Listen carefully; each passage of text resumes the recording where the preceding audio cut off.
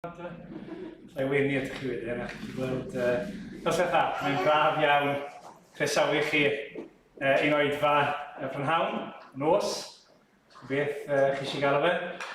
Ond mae'n braf iawn casglu gyda'n gilydd i addoli Emyr yn arwen ni heno, fel chi'n gweld. A'n gweddi ni yw bod yr hyn oedd yn cael ei ddweddnu bore yma am gair yn cael ei blannu ar dir da ac yn dwyn ffrwyth. Dyna'n gweddi ni yw bod hynny yn digwydd heno wrth i ni wrando ar air yr arglwydd ac addoli gyda'n gilydd. Mae'r coeddiadau eto wedi bod ar y sgrin, ond eich atgoffa chi bod cyfle i fynd ati i lanhau a neu peth gwaith yn yr adeilad ar Harrier Street o ddydd Llun i ddydd Iau. Bod yna grŵp yn mynd i lanhau ac yn y blaen lawr fyna a croeso chi ymuno a hynny. Ac yna nos Fawrth, bod y gwrdd gweddi a bydd Rhian Evans yn sôn rhywfaint am waith mewn ysgolion. Mae'n ddydd gweddi ar gyfer ysgolion, dim Mawrth, fel mae'n digwydd, ac felly yn y cyfarfod ni ar Zoom mewn 7:45 bydd y gyfle ni clywed mwy am yr hyn sydd yn digwydd mewn ysgolion, y pwysau sydd ar ysgyblion ac athrawon fel ei gilydd mewn ysgolion ac i weddio am y sefyllfa hynny. Felly cofiwch am y cwrdd-gweddi nos Fawrth. Y bwriad eto yno yw cael paned ar ôl yr oedfa yn ardd cefen Emyr a Catrin, os mae'n sych. Os mae'n dod i glaw, falle bydd hynny'n amhosib, ond os mae'n sych, dyn ni gael paned ar ôl yr oedfa fyna. Ond wrth os nesaf ymlaen, gobeithio, y bwriad yw cael paned fan hyn ar ôl yr oedfa, a'r bwriad bore sy'n nesaf cael oedfa gymyn, os dyw e'n mynd. Felly dyna syl nesaf ac Emyr fydd yn arwen ni yn y ddwy oedfa. Mae'n braf iawn casglu ar ôl yr oedfa tu allan. Mae rhai'n gwneud. Mae hynny'n hyfryd ac mae pobl yn gallu gweld ni. A mae'n aml chi'n gweld ceir yn arafu ac yn edrych i weld beth sy'n digwydd tu fas i gapel. Mae yna bobl yn casglu tu fas a pobl sy'n cael eu heibio. Felly diddordeb. Ond weithiau ni gweld pobl yn cael eu heibio ac yn edrych braidd yn ddig bod ni wedi cymryd y pafin i gyd fel petai. Felly rhyw gais i geisio cadw tuag at yr adeilad, wal yr adeilad, fel bod lle i bobl yn heibio. A gobeithio bydd hynny yn ei hunan ffaith bod ni allan a creu diddordeb ac yn falle rhyw ddydd bydd yr had yn cael ei blannu ac yn dwyn ffrwyth. Wel, gadewch ni droi at yr arglwydd mewn gweddi. O arglwydd yw, ni yn diolch yn fawr i ti eto am gyfle i ddod gyda frondi ac i wrando ar dair di. O arglwydd, ni'n diolch i ti mewn fraint bod ti yn dduw sydd yn gwasgaru'r had. Ac arglwydd ni'n gweddio heno. Bydde dysbryd i yn barod wedi bod yn paratoi tir ein colonnau ni. I dderbyn y gair. I beidio gadael i'r diafol, gipio'r gair hwnnw'n syth. I beidio y gadarnhad i ddisgyn a ddim greiddio. I beidio gadael i'r draen a'r chwyn dyfu ac i dagu y ffrwyth sy'n tyfu. Arglwydd ni'n gweddio bydde'r had heno yn disgyn ar dir da. Yr tir sydd wedi baratoi gen ti yn barod. Tir bydd yn dwyn ffrwyth.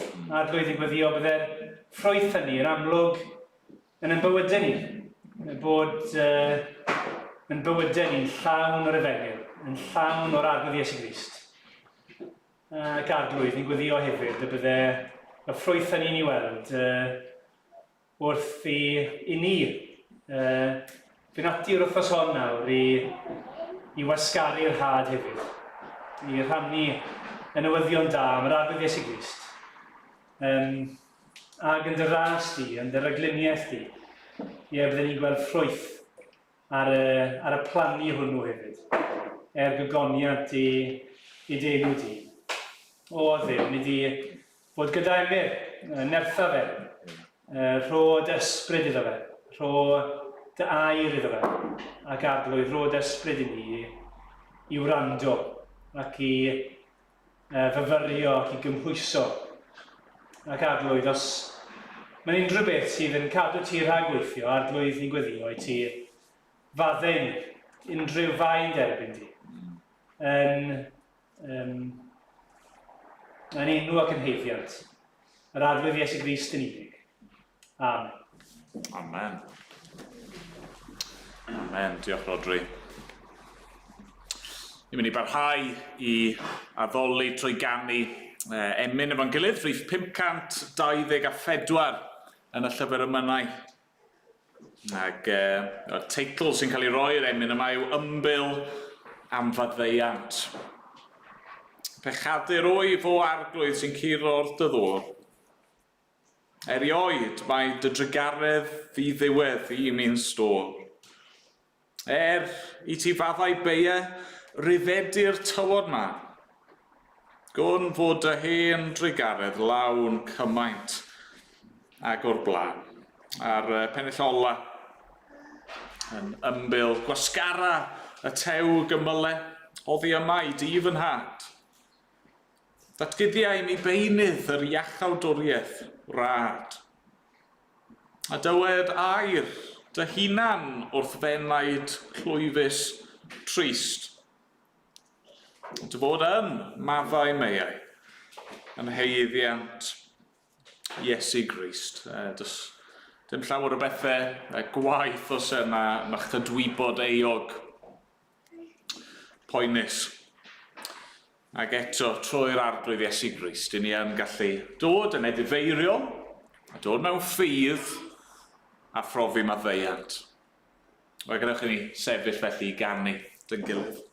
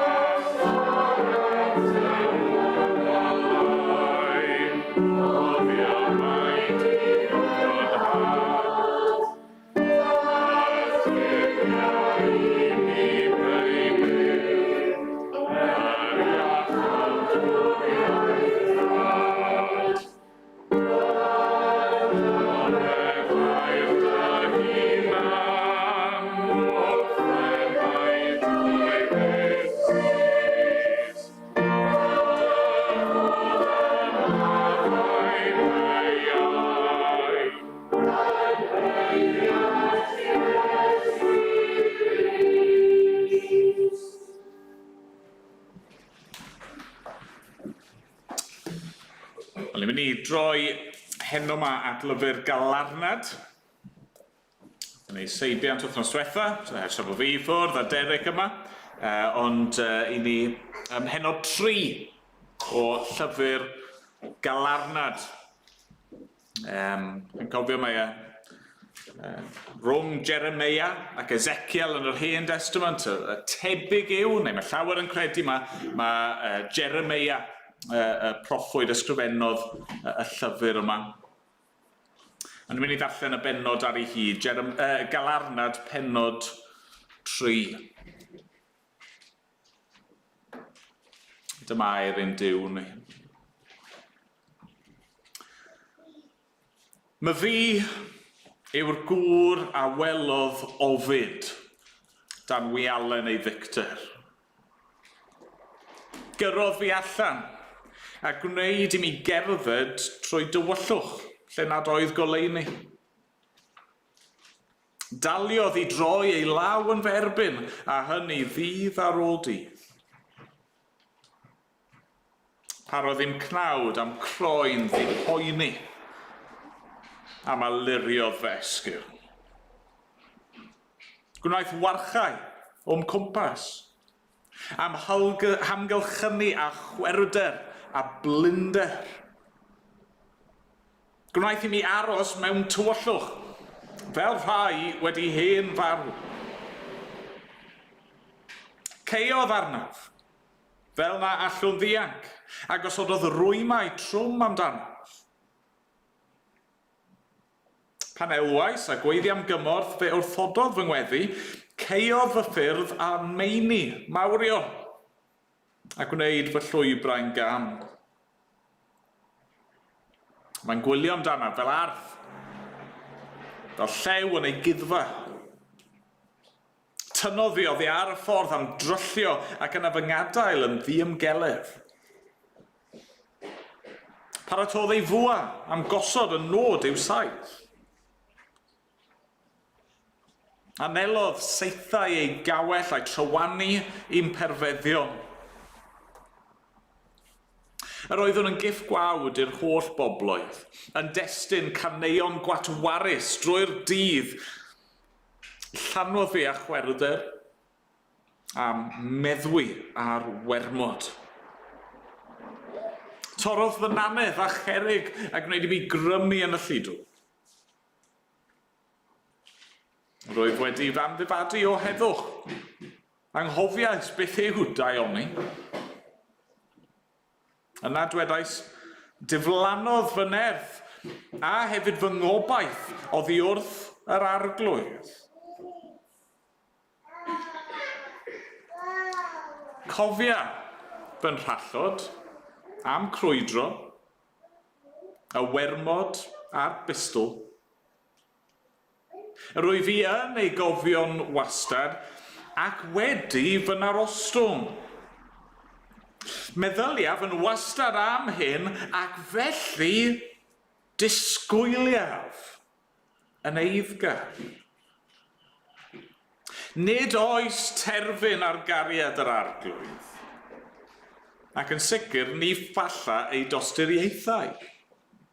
Maent yn newydd bob bore, a mawr yw dyffyddlondeb.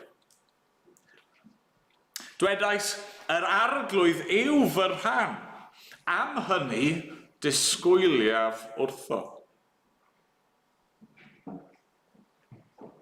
Da yw'r arglwydd, i'r rhai sy'n gobeithio ynddo, i'r rhai sy'n ei geisio. Mae'n dda disgwyl yn dawel am iachawdwriaeth yr arglwydd. Da yw bod un yn cymryd yr iau arno yng nghyfnod ei ieuenctid. Boed iddo eistedd ar ei ben ei hun a bod yn dawel pan roddir hi arno. Boed iddo osod ei enau yn y llwch. Hwyrach fod gobaith iddo.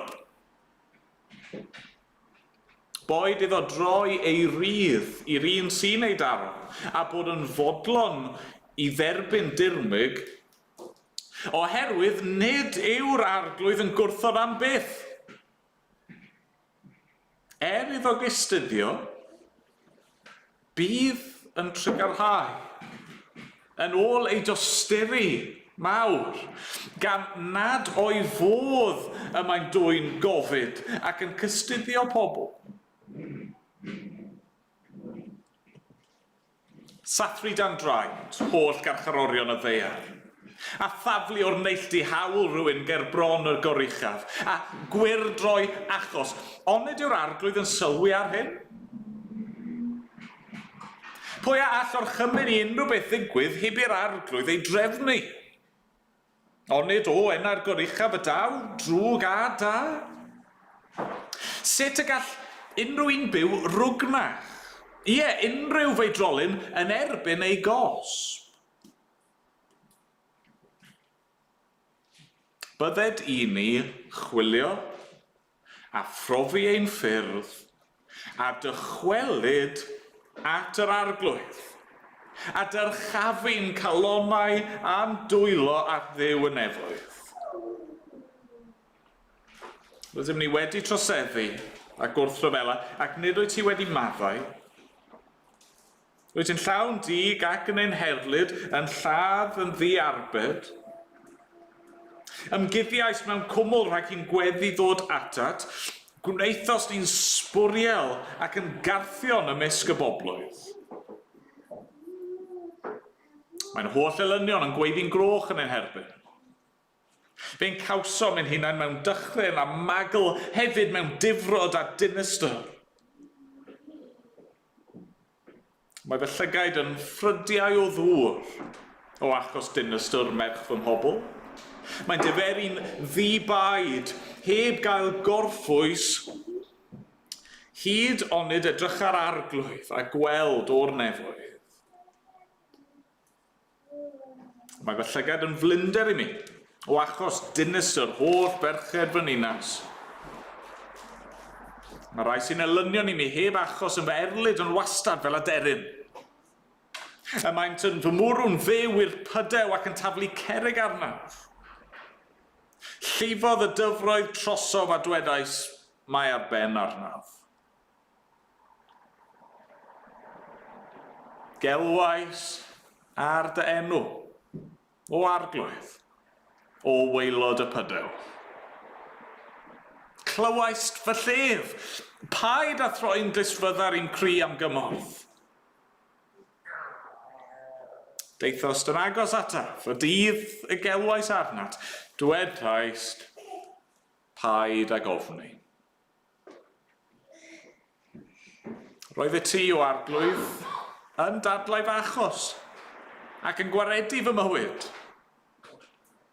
Gwelais o arglwydd y cam am neithbwyd am mi a dyfernais o'n plaid. Gwelais ei holl ddial a'i holl gynllwynion ferbyn. Clywais o arglwydd ei dirmeg a'i holl gynllwynion ferbyn, geiriau a sebrydion fy ngwrthwynebwyr yn fy erbyn bob dydd. Edrych arnynt, yn eistedd neu'n sefyll fi yw testyn ei gwawd. O arglwydd, tal iddynt, yn ôl gweithredoedd ei dwylo. Roeddynt ofid calon, a bydde dyfelltith arnynt. O arglwydd, erlyd hwy yn dy lyd, a dinistria hwy oddi tan y nefoedd. Amen. Amen. Mynd i ganu o'r atodiad nesaf. Rhif 38 yn yr atodiad. O enaid a wyt ti yn flinderog. Y llwybr yn dywyll o fflaen. Mae goleuni yn wyneb y ceidwad a bywyd mor llawn ac mor lan, tro dy olwg ar Iesu. Ac edrych i'w wyneb yn llawn. A holl bethau y byd fe ddiflannant i gyd, yng ngoleuni ei gariad a'i ddawn. Nw'n ni sefyll i ganu, dyn gilydd.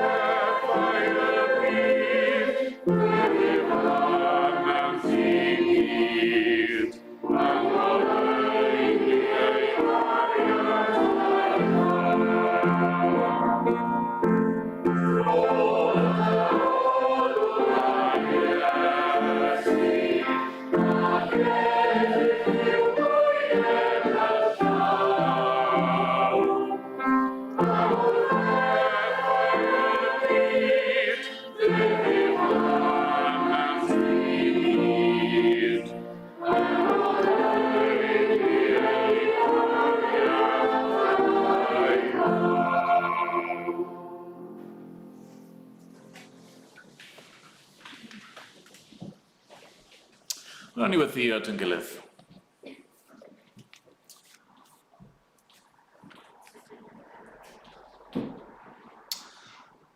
O arglwydd, wrthyn ni droi at y ti yn awr. Ar ôl darllen y pennod yma o dy air di. I ni wedi cael ein atgoffa arglwydd fod y byd yn lle ddigon rhyfedd, fod bywyd yn gallu bod yn ddigon messy, bod yna gwestiynau yno ni sydd efallai ddim ag atebion rhwydd iddyn nhw. Ni'n gweld hynny yn dod drosodd fan hyn ym mhrofiad yr awdur yma, falle Jeremiah. Wrth iddo fe ymateb i'r hyn oedd y bobl wedi profi, ac wrth ymateb ar lefel bersonol, efallai'r peth oedd wedi digwydd ynddo fe. Arglwydd mae rhyw densiwn yma. Mae'n gwybod ar y naill llaw dy fod ti yn ffyddlon, dy fod ti yn trygarhau, dy fod ti yn dduw cariad, yn dduw sydd yn tosturio. Ac eto ar yr un pryd arglwydd, mae'n gorfod ymgodymu gyda yr dioddefaint a'r trychinebau a'r problemau o'i amgylch, ac o arglwydd ni'n gwybod bod ni ddim wedi bod trwy'r union brofiad yma. Mae yna llawer yma bydd yn gallu cydymdeimlo. Y llawer yma falle sydd wedi bod trwy trafferthion. Y llawer yma sydd yn gofidio efo ofnau ac arglwydd ddim yn deall y peth yn iawn. A da ni'n diolch felly fod y llyfr yma, y rhan yma o dy air di, wedi rhoi i ni mwyn mewn ffordd ein croesawu ni i ddod ato ti, gyda'n cwestiynau ni, gyda'n problemau ni, gyda'n ofnau ni, gyda'n amheuon ni. Gyda'n galar ni arglwydd. Ac i ddod ac ni'n gallu cyffesu'r peth yma. Ac ni'n gallu dod a trwy hyn, ni'n gallu dygeisio di. O arglwydd. Ni'n diolch bod ni ddim yn deall popeth. Ac fydd yna gwestiynau neu fyth cael ei ateb mewn un ystyr oherwydd dyw'n meddyliau ni ddim yn ddigon mawr i ddeall y cwbl arglwydd. Ni'n diolch bod ni yn gallu ymddiried yno ti, heno. A beth bynnag yw ein sefyllfa, a beth bynnag yw ein cefndir a'n profiadau ni, ni'n gallu ymddiried yno ti. A gwybod fod ti yn dduw da. Dy fod ti'n dduw cariad, ti'n dduw cyfiawn, ti'n dduw sydd hyd yn oed yn gallu cydymdeimlo â ni. Yn ein galar ac yn ein dioddefaint ni, oherwydd fod yr arglwydd Iesu wedi dod i'n plith ni. Fod wedi cymryd cnawd, wedi dod yn un ohono ni. Ni'n diolch am hyn. Yn diolch fod gennym ni nawr yr un yma, yr archoffeiriad yma, yr brenin yma, proffwyd yma, yr un yma sydd yn ein cynrychioli ni, a'n sefyll o flaen di ar ein rhan ni, ac yn diolch fod yn ŵr, gofidus, gyfarwydd iawn a dolyr. Yn un nath gael ei gamdrin, yn un nath ddiodde yn waith na neb erioed o'r blaen. O fod yn frawd nawr i ni. Mae e'n ffrind i ni. Mae e'n achubwr, yn waredwr i ni. O, diolch am hyn. Ni'n gofyn eto arglwydd, wrth i ni ddod at y rhan yma o dair di sydd ar un olwg yn ddigon cymleth ac eto wedi rhoi ein lles ni mwyn yn helpu ni i ni'n gofyn am dy gymorth di i ddeall. I ddal yr syniadau a'r gwirioneddau yma, dala nhw ynghyd a dy geisio di. O, arglwydd ein Duw. Ni'n gwybod fod yr cyfnod diwethaf yma wedi bod yn anodd i gymaint o bobl mewn gymaint o ffyrdd. Mae yna gymaint o ddioddefaint a gymaint o bobl wedi bod trwy sefyllfaoedd traumatig arglwydd. Ac falle yn chwilio am atebion mawr. Maen nhw wedi cael eu ysgwyd. Ac dad, ni'n gwybod mae yr eglwys sydd ar ateb angenrheidiol. Ti wedi rhoi yn ein gofal ni, dy efengil di, dy newyddion da di i'w rhannu a'i chyhoeddi. Ti wedi rhoi'r cyfrifoldeb yma i ni, fel glywon ni bore yma, i hau'r had, ac i rannu'r arglwydd Iesu, ac i rannu gobaith a bywyd gyda y bobl o'n cwmpas ni, helpa ni felly, dad. Ni'n gofyn arglwydd yn neud i'n harwain ni fel eglwys, i wneud hynny'n fwy effeithiol. Dad, ni'n gofyn am darweiniad i efo gwahanol agweddau ymarferol o'r gwaith yma yng Nghaerdydd. Dad, ni'n gwybod fod yna llawer o dy bobl di, dy eglwysi di yn ein gwlad ni sydd yn gwynebu y sefyllfaoedd ansicr ar y foment. Ni'n meddwl am yr eglwys yn Aberystwyth yn chwilio am gartre, yn chwilio am rwle i gyfarfod ac i allu dy wasanaethu di ohono fe. Ni'n meddwl am yr eglwys ym Mangor. Ac nhw yn chwilio am weinidog ac hefyd falle ar ryw ansicrwydd am ei adeilad nhw a arglwydd. Ni'n gwybod fod yna sefyllfaoedd eraill lle mae yna gwestiynau ymarferol ac a dad ni'n gofyn neud i roi rhyw ddrws agored ac arweiniad clir ac neud i ddarparu fel bod yr pethau yna ddim yn tynnu ffwrdd o waith yr eglwys. A ffocws a blaenoriaeth dy eglwys di yn ein gwlad ni, sef mynd a chyrraedd pobl dy fwyn di. O, arglwydd ein Duw, ni'n gofyn nawr y bydde di gyda ni. Ni'n gofyn unwaith eto am dy ysbryd glân di. I'n llenwi ni, yn adeiladu ni, bydd o'n ffrwyth yn ein bywyd ni, ac i'n gyrru ni allan yn dy enw di. A mae'n bod ni'n gofyn yn enw ac yn heiddiant yr arglwydd Iesu Grist. Amen.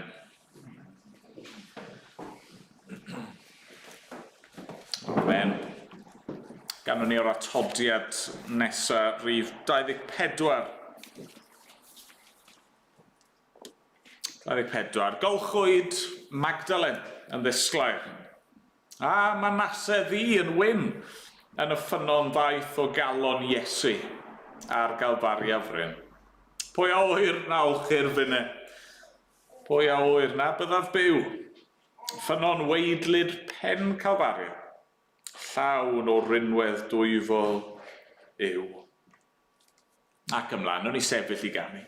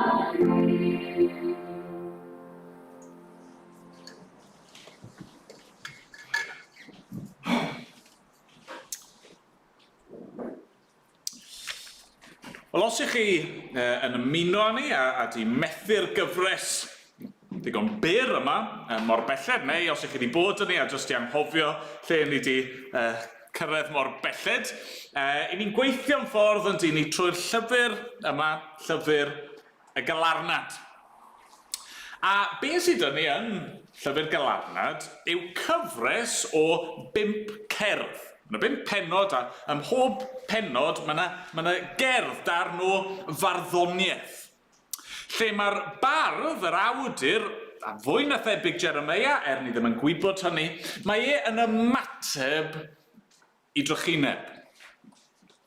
Mae'n ymateb mewn galar, Galarnad, can o alar. Mae'n ymateb i ddinistr Jerusalem gan y Babyloniaid. Oedd pobl yr arglwydd wedi bod yn gwrthryfelan i erbyn ac roedd wedi anfon proffwydi mwyn rhybuddio'r bobl a wnaethon nhw wrthod neges y proffwydi ac yn y diwedd dyma Duw yn cadw ei addewid ac yn gwneud yr hyn oedd wedi dweud bydd yn digwydd ac anfon y Babyloniaid i ddinistrio Jerusalem. Ac yn y cerddi yma, mae'n ddiddorol iawn. Mae'n y drefn, mae'n y strwythyr. Mae'r mwyafrif o'r cerddi yn dilyn patrwm llythrennau y wyddor. Ac felly, pe bai chi yn darllen yn yr iaith wreiddiol, mae da chi'r tensiwn yma'n does. Mae da chi'r cerddi yma sydd mor gignoeth, a durdynol a phoenus. Mae'n dod allan yn yr adnod gyntaf allan o'n i am henod 3. Mae fi yw'r gŵr a welodd ofid. A ni'n mynd â alw allan. Bron o bod sgrech o boen. Ac eto ar yr un pryd, mae'r awdur wedi cymryd yr amser i bwyllo, i fyfyrio, i osod trefn ar yr teimladau a'r meddyliau yma a trial cyflwyno rhywbeth sydd yn rhoi rhywfaint o drefn yng nghanol yr anhrefn. Ac wrth gwrs, dyw'r awdur ddim yn gweld y darlun cyflawn. Achos dim ond Duw sydd yn gweld y darlun cyflawn a sydd yn deall y cwbl o'r dechrau i'r diwedd, beth i ni yn gweld yn dod drosodd yn y cerddi yma, yn y llyfr yma, yw gwirioneddau. Gwirioneddau am Dduw, am ni, am y byd, fydd gobeithio yn helpu ni nawr wrth i ni wynebu sefyllfaoedd anodd, wrth i ni wynebu trychinebau. A felly be ni wedi bod yn wneud yw bob wythnos cymryd un pennod a treulio un pregeth yn tynnu allan un syniad mawr. Pethau i ni'n dysgu, neu pethau sydd eisiau ni fod yn cadw mewn cof pan i ni yn gwynebu profiadau anodd. Mae jyst atgoffa chi'n gloi, yr wythnos gyntaf, yr syniad mawr welwn ni fyna oedd fod dioddefaint yn ganlyniad i bechod. Hynny, dyna pam fod dioddefaint yn bodoli yn yr achos yma ac yn y byd yn gyffredinol, oherwydd pechod. Naillai yn uniongyrchol fel cosb gan Dduw, neu yn anuniongyrchol fel effaith o fyw mewn byd syrthiedig, pan i ni'n diodde, y reswm sylfaenol dros hynny yw'r ffaith ein bod ni yn bobl pechadurus ac yn byw mewn byd pechadurus. Nawr, dyw hynny ddim yn syniad poblogaidd, dyw ddim yn syniad roedd i glywed ac i dderbyn, ond dyna lle o'n ni'n gorfod dechrau. A be welon ni oedd, y darlun tywyll yma, fod Duw wedi trefnu ffordd i'n hachub ni. Trwy'r arglwydd Iesu Grist, mae wedi trefnu ffordd i'n hachub ni o'n pechod ni, ein hachub ni o'r byd syrthiedig yma.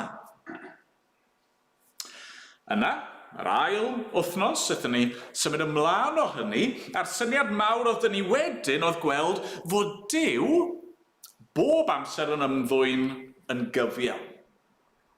Mae'r arglwydd bob amser yn ymddwyn yn gyfiawn.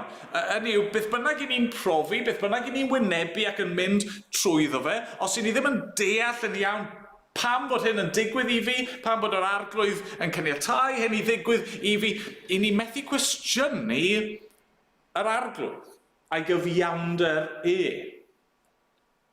Hynny, does na ddim lle i'r agwedd yna sydd mor amlwg yn ein diwylliant ni ar hyn o bryd o entitlement. Hynny, bod yna rhyw heiddiant. Hynny, fi'n heiddi bod bywyd yn braf. Fi'n heiddi i fod yn gyfforddus. Fi'n heiddi i bopeth i mynd y ffordd i fi eisiau iddo fe i fynd. Na. Sdim lle dyn ni ddweud, dylse popeth mewn bywyd fod yn braf a mynd yn wych, ac os yw e ddim yna, mae Duw yn gwneud cam a fi. Na, ddim o gwbl. Na, oherwydd be welwn ni'r wythnos gyntaf, sef fod dioddefaint yn ganlyniad i bechod, wel, mae Duw bob amser yn gweithredu mewn ffordd cyfiawn. Dyn ni ddim yn heiddi dim gan yr arglwydd, ond cosb. A gweud y gwir, mae unrhyw daioni ni'n profi mewn bywyd, unrhyw gyfforddusrwydd, unrhyw bethau da a dymunol, mae'r pethau hynny yn arwyddion o ras Duw. A ni'n dweud o'r wythnos yna, bod hynny yn lle llawer saffach i ni ddechrau pan ni'n gwynebu problemau. Yn ydrych na cwestiynu pam bod Duw yn gwneud hyn i fi, dylswn ni fod yn dweud, wel, hynny yw, pam ddim? Dyma fi'n ei heiddi mewn gwirionedd. Ac eto, fel welwn ni'r wythnos yna, mae Duw yn ei ras wedi trefnu ffordd nid yn unig i fod yn gyfiawn ac i gosbi pechod, ond hefyd i'n cyfiawnhau ni trwy'r arglwydd Iesu Grist. Mae wedi trefnu ffordd i ddelio gyda pechod, nid trwy anwybyddiau, ond trwy gosbi'r arglwydd Iesu a ein cyhoeddi ni yn ddi-bechod. Felly nawr pethau ni wedi gweld mor belled a just fe di wneud y pwynt yma o'r blaen, hynny yw, dwi ddim bod ni jyst yn gweld y syniad cyntaf yn y bennod gyntaf, a'r ail syniad yn yr ail. Na, mae'r syniadau yma, y themau yma, maen nhw'n gweud trwy pob pennod fwy na lai. Drychwch ar bennod 3 nawr, adnodau 34 i 39 eto. Mae'r awdur yn gofyn, sathru dan draed holl garcharorion y ddeiar, a thaflu o'r neilltu hawl rhywun gerbron y goruchaf, a gwirdroi achos, onid yw'r arglwydd yn sylwi ar hyn? Hynny, mae'n restru roi o'r pechodau amlwg yn ei ddydd, a mae'n dweud, hynny, mae'r arglwydd yn gweld hyn i gyd. Pam bod y pethau yma wedi digwydd i ni wel oherwydd pechod, oherwydd dyma ni'n ei heiddi. Adnod 37, pwy all orchymyn i unrhyw beth ddigwydd heb i'r arglwydd ei drefnu? Onid o enna'r goruchaf y daw, drwg a da, sut y gall unrhyw un byw rwgnach? Ie, unrhyw feidrolyn yn erbyn ei gos. Hynny, mae'r arglwydd yn gweithredu yn gyfiawn, a dyna taw ar bob ceg. Pechod o ddynoliaeth. Cosb, cyfiawn Duw, mae'r themau yma yn ymddangos dro ar ôl tro. Nawr, wythnos yma, ni'n symud ymlaen chydig bach. A'r syniad fawr i ni'n mynd i feddwl amdano fe'n fyr nawr heno yw hyn. Mae ein dioddefaint ni i fod i'n hachosi ni i geisio'r arglwydd. Na wedi hwnna to. Mae'n dioddefaint ni. Hynny yw pan mae'r trychinebau, pan mae'r adegau anodd, pan mae'r pethau mae'n dod i'n rhannu, maen nhw fod i'n hachosi ni i geisio yr arglwydd. Nawr, nid jyst ym Mhennod 3 mae'r syniad yma'n ymddangos, mae'n ymddangos drwy'r y cerddi te, a mae'n sawl adnod gyda ni. Gallwn ni wedi cymryd fel prif destun ym Mhennod 3. Ond o'n i jyst eisiau cymryd adnod 25, falle fel un enghraifft o hyn. Adnod 25. Da yw'r arglwydd i'r rhai sy'n gobeithio ynddo. I'r rhai sy'n ei geisio. Hynny yw, dyma mae'r arglwydd, neu un o'r pethau mae'r arglwydd eisiau ei ddangos i ni, trwy trychinebau, trwy dioddefaint. Mae eisiau'n atgoffa ni, mae da i'r arglwydd, da yw'r arglwydd i'r rhai sy'n gobeithio ynddo.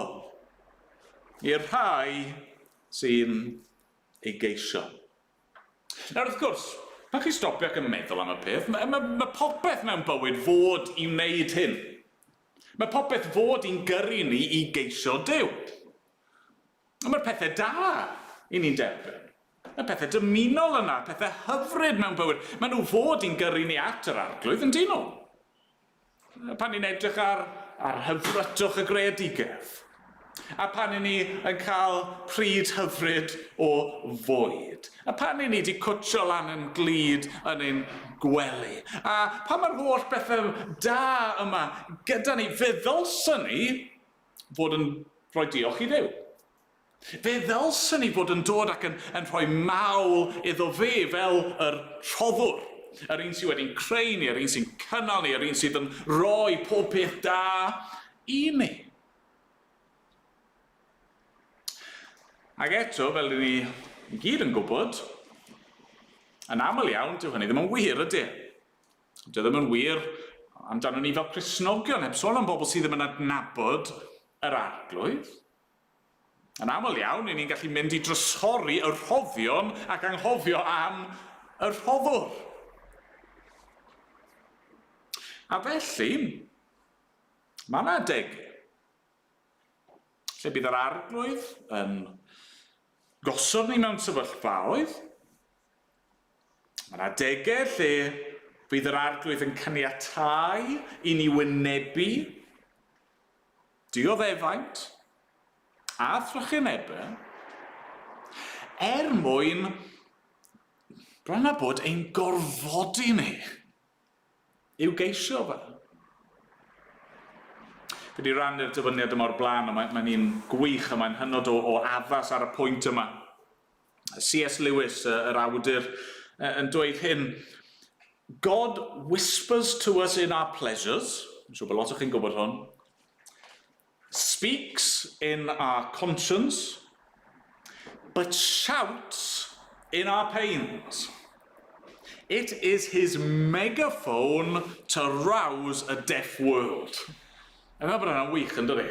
Mae Duw yn siarad â ni mewn gymaint o ffyrdd, mae'n ceisio'n denu ni ato fe mewn gymaint o ffyrdd, mae eisiau ni i'w geisio fe gan ddefnyddio pob math o bethau. Ac eto un o'r ffyrdd mae'n gwneud hyn yw yn ein poen ni. Un o'r ffyrdd mae eisiau'n ysgwyd ni, yn deffro ni, un o'r ffyrdd mae'n gweiddi arno ni ac yn dweud dewch ato fi, yw troi ein dioddefaint ni. Ac wrth gwrs, mae hynny, mae'n un ystod, mae'n pwynt mor amlwg yn dydi. A ni gyd yn gwybod hyn yn reddfol yn dydi, pan mae problemau'n dod, pan mae sefyllfaoedd anodd yn ein gwynebu ni, beth yw'n ymateb ni mor aml, o'n ni'n galw allan. Yndi ni? Yna enghraifft wastad yn dod i'r meddwl dy fi, o gêm pêl-droed. Chi'n gwybod, mae criw ohonyn ni'n chwarae, wedi chwarae ers blynyddoedd, gwahanol boes ar nos Iau yn mynd i gicio pêl o gwmpas. Ac oedd yna un achos, a mae ddim enwi neb i peri embaras, ond oedd un o'r boes di cicio'r bêl, ac dyma'r bêl ddim yn dod oddi ar ei drod fel oedd wedi gobeithio, yn wir, dyma fe'n mynd i'r cyfeiriad hollol gwrthwyneb a dechrau rolio ddim yn gyflym iawn, ond ddigon cloi tuag at gol ei hunan. A fe oedd y person pella nôl.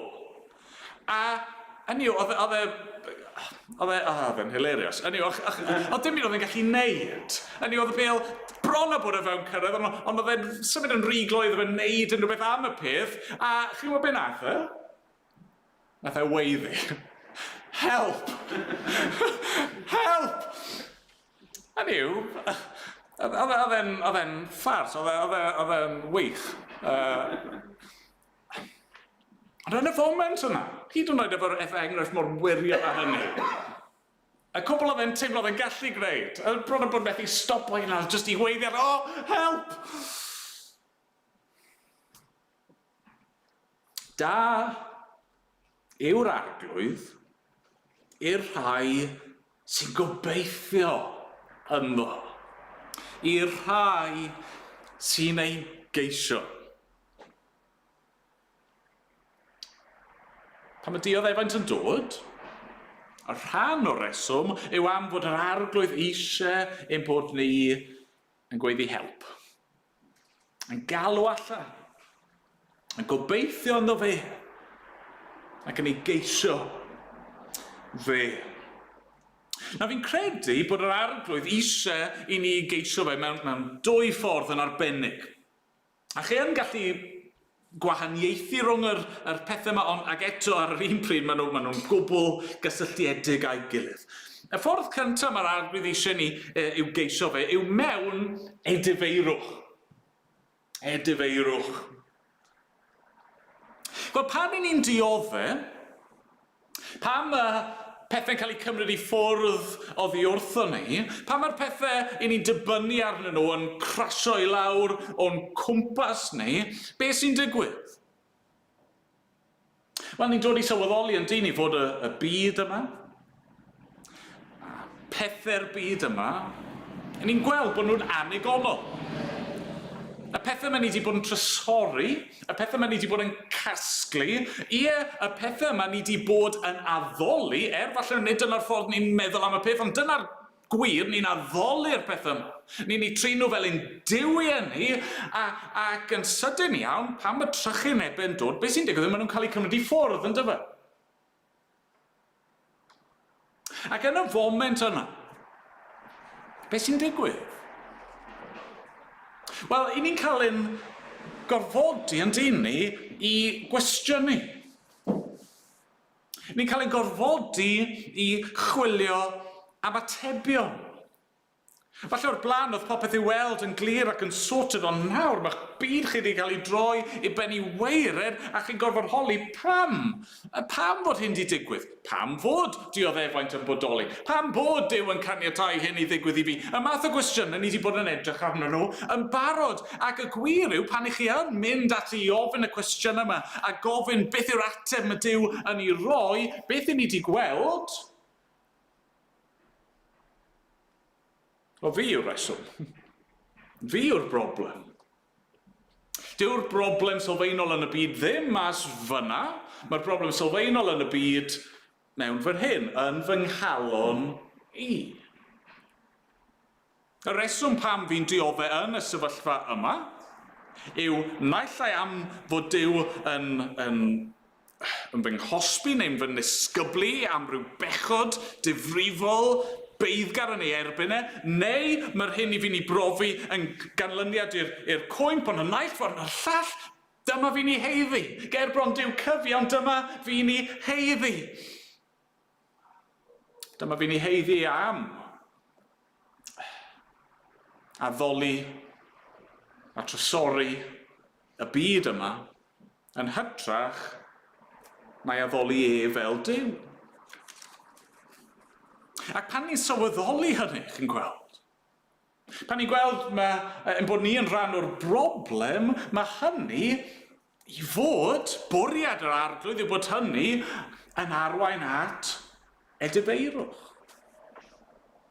A felly un o'r pethau mwyaf caredig, dwi ddim yn swnio felly, na ddim yn teimlo felly, un o'r pethau mwyaf caredig gall yr arglwydd ei wneud yw caniatáu i ni ddiodde mewn ffordd sydd yn ein dambwyllo ni, yn ein deffro ni, yn ein gyrru ni i'n pengliniau gyrifroni mewn edifeirwch.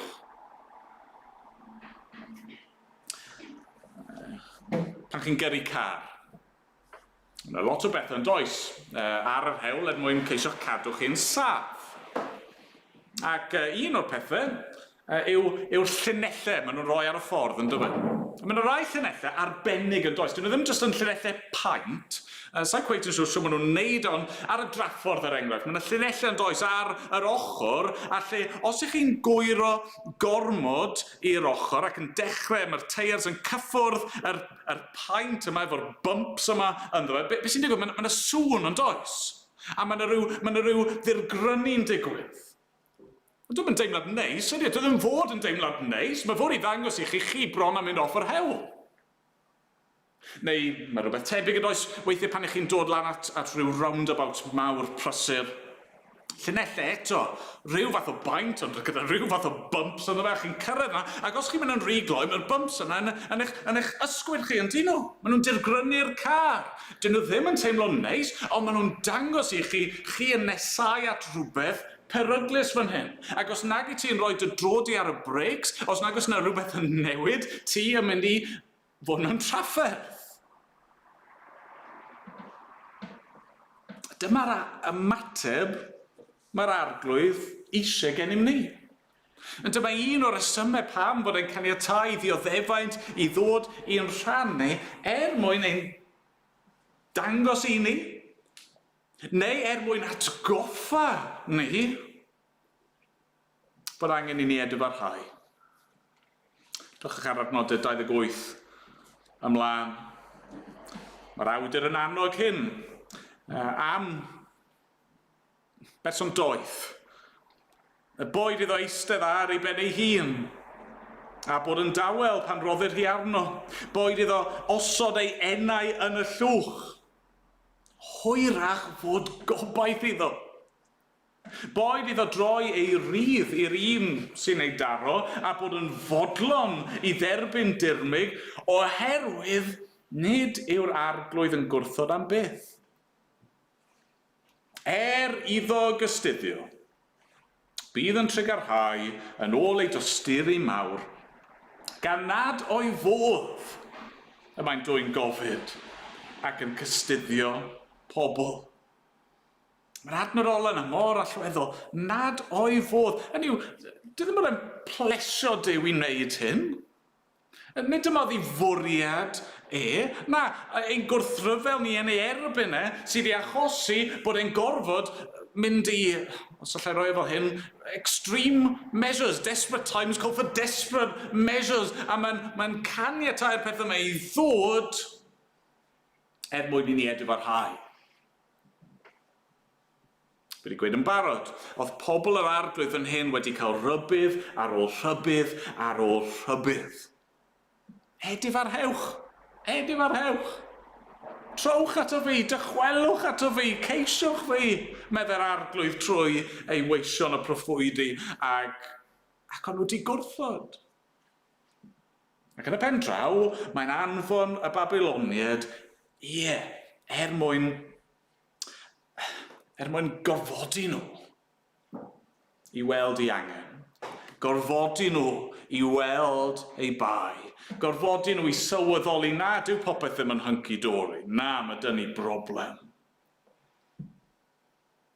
Da yw'r arglwydd i'r rhai sy'n gobeithio yno, i'r rhai sy'n ei geisio. Ani be mae'r flwyddyn a hanner diwetha wedi dangos i ni ac i'r byd o'n cwmpas ni, wel, dyw'r byd yma ddim yn berffaith. A'r hyn i ni heiddi yw, digofaint yw, ac mae angen i ni i droi, i edfarhau, a'i geisio fe. Ond yna, mae'n ochr arall i'r geiniog yma. Ail ymateb, a fi yn gwahaniaethu rhwngddyn nhw, maen nhw'n chi methu eu gwahanu nhw'n llwyr. Mae dyn ni edifeirwch, ond wrth gwrs hefyd mae dyn ni ffydd. Ffydd. A mae'r ffydd yma yn dod drosodd mor amlwg, yn dydy? Yn o'n i'n stryglo mewn ffordd i benderfynu pa adnod i gymryd fel rhywbeth o brif adnod yr wythnos yma, achos mae'n dod drosodd mor amlwg, dro ar ôl tro. Mae'r awdur yn gwybod yn iawn fod y byd yn syrthiedig.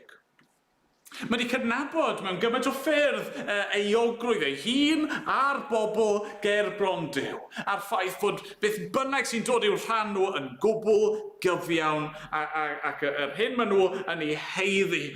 Ac eto, yma, a falle yn fwy amlwg nag unrhyw le arall yn y llyfr, reit yn y canol y brechdan, mae'r gobaith yma. Y ffydd yma. Bydd yr arglwydd, difrifoldeb y sefyllfa, ac ei gyfiawnder y bydd yn trigarhau. Drychwch ar adnodau 21 i 26 eto am funud. Meddyliaf yn wastad am hyn, ac felly disgwyliaf yn eiddgar. Nid oes terfyn ar gariad yr arglwydd. Ac yn sicr ni ffalla ei dostyriaethau. Maent yn newydd bob bore, a mawr yw dyffyddlondeb. Dwedais, yr arglwydd yw fy rhan. Am hynny disgwyliaf wrtho.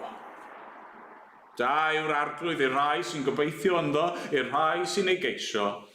Mae'n dda disgwyl yn dawel am iachawdwriaeth yr arglwydd. Siôn oedd yr awdur yma'n gallu siarad fel hyn? Wel, oedd e'n gwybod rhywbeth am gymeriad Duw yn doedd e. Oedd e'n gweld bod yna fwy i'r darlun na dim ond fod yr arglwydd yn gyfiawn, yn sanctaidd, yn cosbi pechod ac yn barnu drygioni. Roedd e'n gwybod hefyd fod Duw wedi datguddio ei hunan i fod yn un tosturiol, trigarog, graslawn, un sydd wrth ei fodd yn maddau i'w bobl, un oedd wedi cyfamodi ei hun ac ymrwymo ei hun i'w bobl. Wel, gallai'r arglwydd fod wedi dinistrio Jerusalem yn syth, a dyna ddiwedd y stori. Gall yr arglwydd ein dinistrio ni, y foment yma. A dyna ddiwedd y stori. Ond dyw e ddim. A mae'n y reswm pam fod e ddim, mae'n y reswm pam fod e'n dal nôl, ac mae'r awdur fan hyn yn gwybod y reswm pam fod e'n dal nôl, nid achos bod eisiau rhyw fath o ymestyn ein dioddefaint ni, a gwneud ein profiadau anodd ni fod yn hirach ac yn hirach ac yn hirach. Na, nid o'i fodd mae'n dwy'n gofid. Na, mae'r arglwydd yn amyneddgar. Y reswm pam fod e wedi oedi cyhyd cyn dinistrio Jerusalem, y reswm fod yna rai fan hyn fel yr awdur wedi goroesi, y reswm pam bod ni dal yma, heno yma, yw oherwydd fod yr arglwydd yn amyneddgar. Mae'n dal yn ôl. Pam? Oherwydd bod e eisiau rhoi cyfle i ni i edifarhau a cyfle i ni i gredu, i ymddiried ynddo fe, ac i ddianc rhag dinistr tragwyddol. Rhan o'r reswm pam yr arglwydd yn caniatáu i ni ddioddau yw mwyn dangos i ni mae ynddo fe'n unig i ni'n gallu ymddiried. Fe'n unig sydd yn deilwng o'n ffydd ni. Sech chi ddychmygu am ynyd? Ni swnio chydig bach yn od, ond dychmygwch bod yr arglwydd wedi'ch rhoi chi mewn stafell. Ac o'r nenfwd, mae yna raff yn hongian. Mae'r arglwydd yn dweud, dyma fe. Dyma'r raff sy'n mynd i dy achub di. Ti'n angen dim byd arall. Ti'n ti afel yn y raff yma nawr. Gafel ynddo fe. A bydd y raff yma yn dy gadw di'n saff. Ti ddim angen dim byd arall. Ond yna, chi'n edrych o gwmpas y stafell, a mae yna rhyw raffau bach eraill o gwmpas y lle, neu darnau o linen a pethau felly. Ac wrth i chi ddisgwyl, chi'n cymryd un o'r raffau eraill, yn clymio o'ch cwmpas chi ac yn clymio i'r to hefyd. Ac yna un arall, ac un arall, ac un arall, ac un arall. A mewn ffordd, dyna ni'n neud mewn bywyd yn dyfa. Hynny yw, mae'r arglwydd wedi gweud wrthyn ni, un ffordd sydd, fy ffordd i, un iachawdwr sydd fi. Y cwbl chi angen yw i fy nilyn i, fy addoli i, fy credu yn o fi. Na i'ch cadw chi'n saff, na i'ch achub chi. Ac eto beth i ni'n gwneud? Wel, oce, falle bod ni yn dal gafel yn y raff yna, ond i ni'n ychwanegu. Rhyw safety net eraill, y dyfa. Y pethau yna ni'n dibynnu arnyn nhw o ddydd i ddydd, wythnos i wythnos i wneud i ni deimlo'n saff.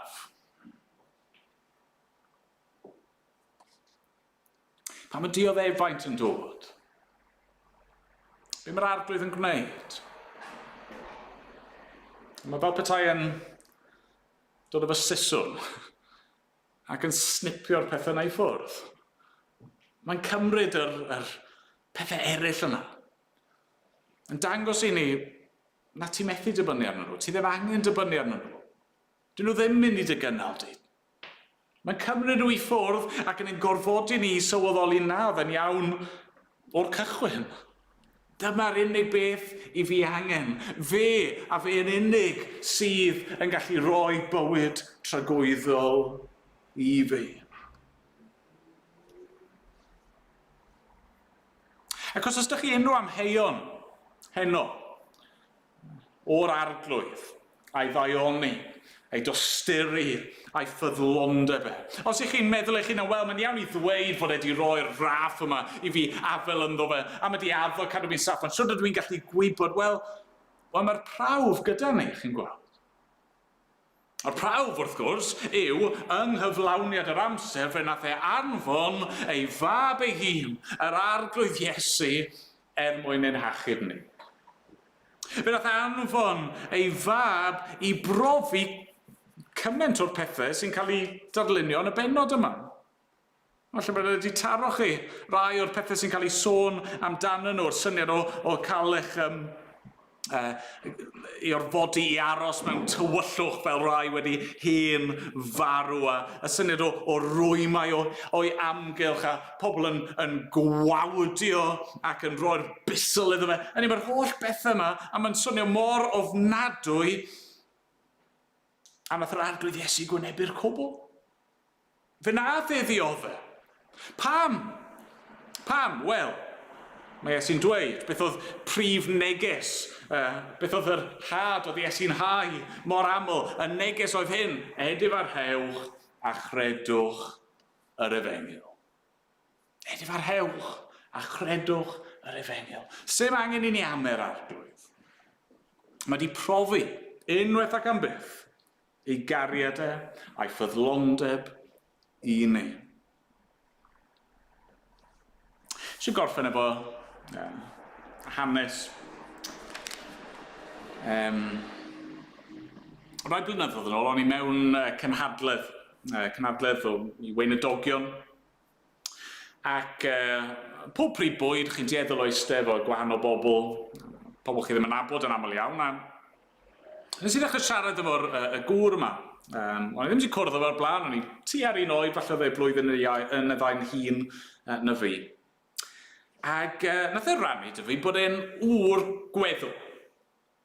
Nes I bach o sioc, achos oedd e mor ifanc. A oedd e'n rannu bod ei wraig ti marw'n lle ddiweddar ar ôl bod yn diodde o gancr. Marw'n ifanc iawn. Ac oedd chi'n gwrando ar hyn a jyst yn torri'ch calon, wrth gwrs. A wedodd e rhywbeth, a mae di glynu dy fi, a be wedodd oedd hyn? Bod I wraig yn yr wythnosau a misoedd ola yna, a di dweud sawl gwaith, bydde hi ddim yn newid pethau. Hynny yw, mae'n sôn mor od I ddweud, ond bron o bod bydde hi ddim yn dymuno peidio cael y cancr. Ac oedd y gŵr yma yn dweud fwy na lai yr un peth mewn ffordd bydde fe ddim eisiau bethau bod yn wahanol chwaith. Mae'n sôn mor rhyfedd yn dydi. Pam? A reswm oedd e'n rhoi oedd ym mhrofiad I wraig ac yn ei brofiad ei hunan fod y cyfnod yna wedi dod â nhw'n agosach i'r arglwydd nag erioed o'r blaen.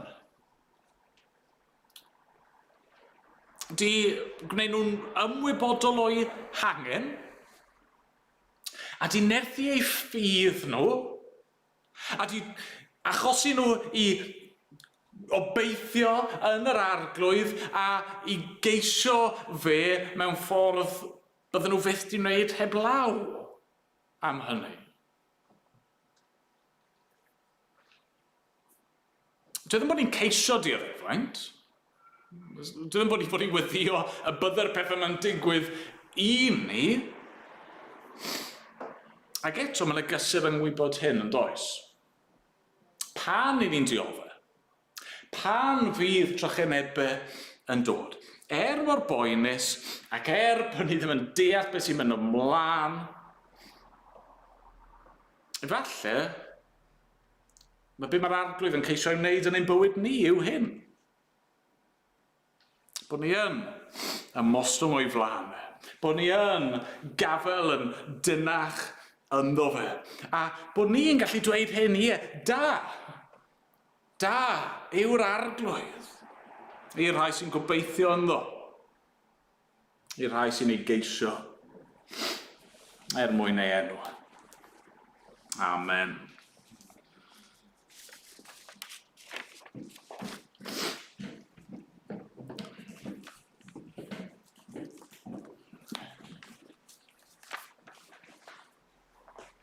Ni'n mynd I ganu o'r llyfr Emynau I orffen yn hoedfa ni. Mynd I ganu rif 309. 309. A oes gobaith am achubiaeth? Oes maddeuant am bob bai? A oes hedd a meddyginiaeth? A oes ceidwad i'r fath rai? Oes, medd dew o'r nef yn eglur. Mi ddarperais aberth llawn. A mae hedd a gras a chysur geni yn rhofio parod iawn. Nawn ni sefyll i ganu.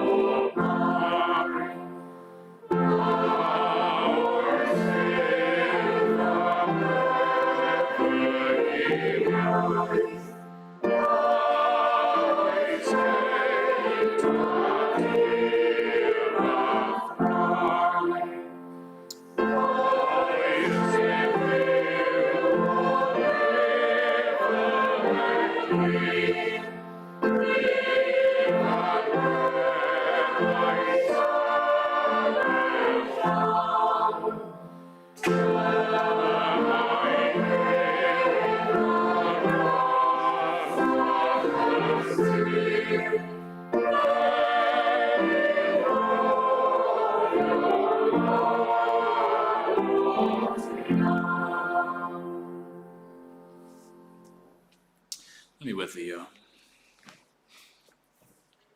O arglwydd, ie, dyn ni ddim yn chwennych diodde. Ni ddim yn dymuno'r pethau hyn. Ac eto arglwydd, ni'n gofyn pan fydd adeg anodd yn dod i'n rhan yn neud i'n helpu ni. Yn helpu ni i weld o'r newydd bod ni'n methu dibynnu ar bethau'r byd yma. Helpa ni edifyrhau o unrhyw bechod yn derbyn di. Helpa ni droi mewn ffydd. A sylweddoli mae Crist yn unig. Sydd ei angen, a Crist yn unig all ein hachub ni. Ac o arglwydd yn Duw. Ie, gad i ni allu ddweud, da wyt ti, wrth i ni dy geisio di. Wrth i ni obeithio yn o ti arglwydd. Bod y profiad yna'n dda. Arglwydd, derbyn ni nawr. Bydd gyda ni heno yn yr wythnos nesaf yma. Yn gwarchod ni, os gweli di fod yn dda. A mae'n bod ni'n gofyn yn enw yr arglwydd Iesu Grist. Amen.